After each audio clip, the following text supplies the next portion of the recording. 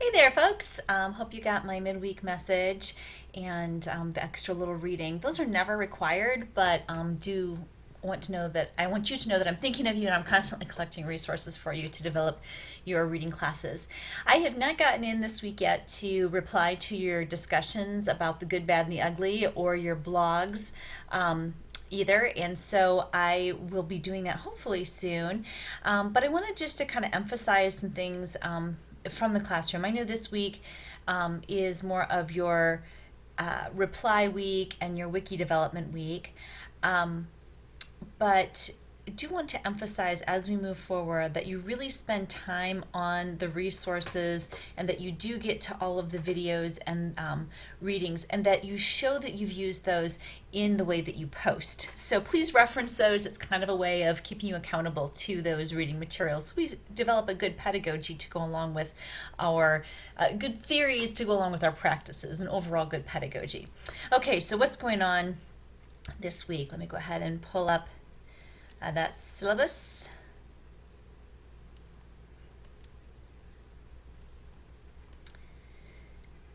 This is more of a course calendar probably than a syllabus, but I use them synonymously, obviously. You've caught on to that by now.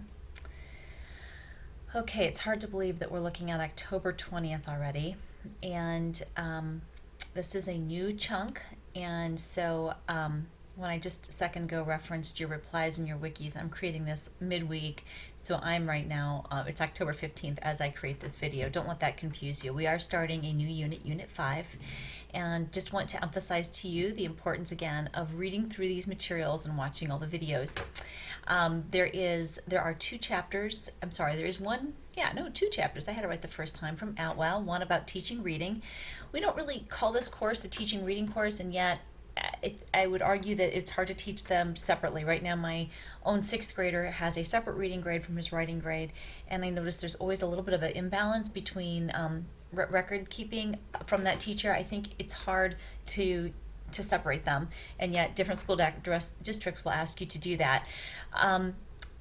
Oftentimes, you'll be teaching both, and so as we look at reading and writing, we want to focus some time and attention on reading and think about the mini lessons that you might incorporate that enhance reading and companion well with writing.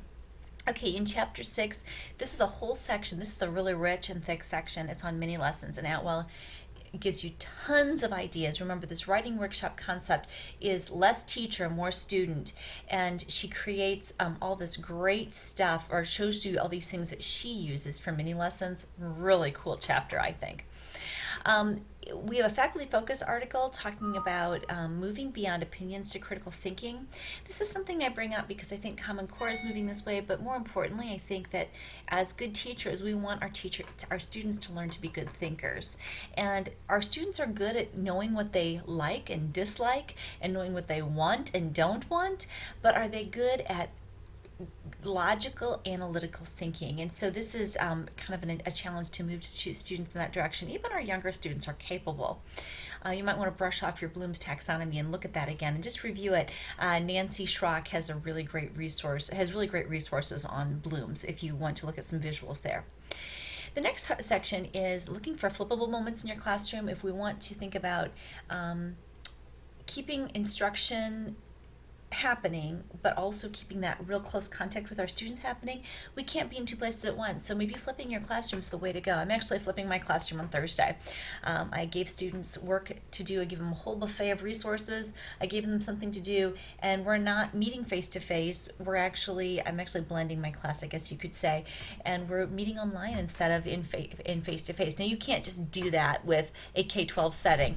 I'm doing this obviously with college students, but I do this all the time, even in my online high school classes, where I give them a video and they do the work, and then I spend my one-on-one time with them giving them feedback. So it's an opposite scenario. Instead of doing my feedback in isolation, I'm doing that in community with them, and they're doing the work alone, independently. I like to think of it as. Okay, there is a great website called the Writing Fix website and the NWP website. These are two that I want you to explore this week. And here's a third resource. It's called K12reader.com. There are also a few little videos to watch in the classroom, and you can check those out. Okay, for discussion board this week, I would like you to purposely create a scenario that you've either experienced or that you could see happening where a student does something like plagiarizes, or maybe they share a really personal story, but has mechanical errors. Like it's like they've shared their life, they've shared their heart on paper, but it's loaded with all sorts of grammar errors. It's really bad paper, but it's their heart, right? Um, or what if they bring you regularly installments of their novel that they want your feedback on? Um, it's time to edit, but no, a couple students don't have their editing. What are you going to do? Basically, I'm looking at all sorts of different scenarios, and you don't have to use one of these. You can.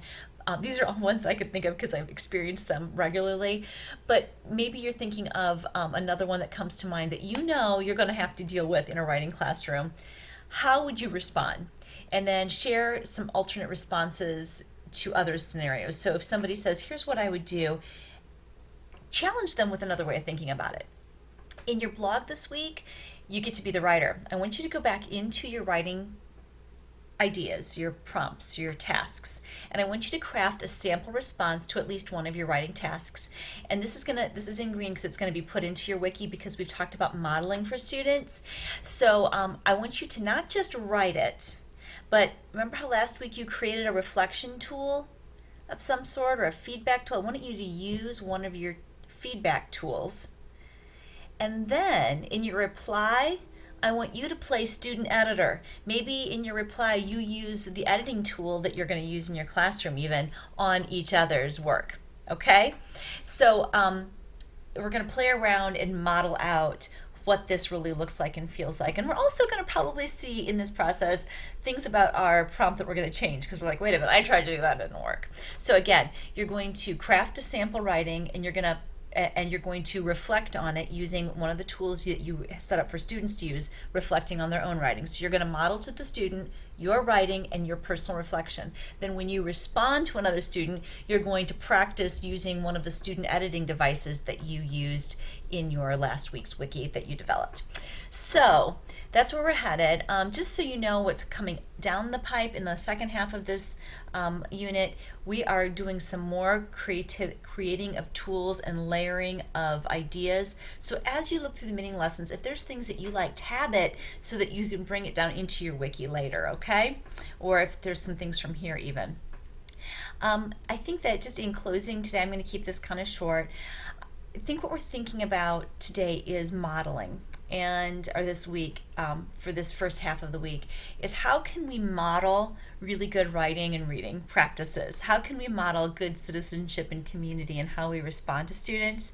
And just think of ways that you will provide examples for your students by just sharing your thinking and thinking in terms of anticipating what they might be thinking so that you can be a step ahead of them and be a proactive instructor. Hope you have a great week, and I trust that you'll ask me any questions if you have them. Hang in there, we're getting through this course, and I'm really excited about the learning that's going on.